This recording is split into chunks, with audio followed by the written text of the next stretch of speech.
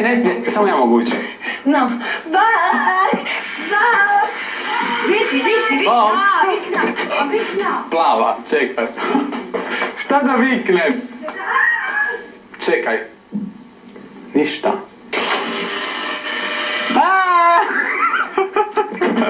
Bok.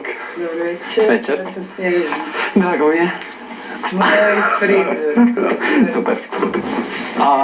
Ali ćemo se sad dogovoriti. Da. Šta ćeš mi reći? A kaj hoćeš? Nemam pojma, šta mi možeš raditi? Možeš me farbati. I šišati, ali mi moraš objasniti, prvo ćemo šišati. Prvo ćemo šišati. Ja ti puštam kosu, znaš. Što znači puštati? Malo dužu, ne znam, nešto mi lijepo napravi. Frizera sam dobio.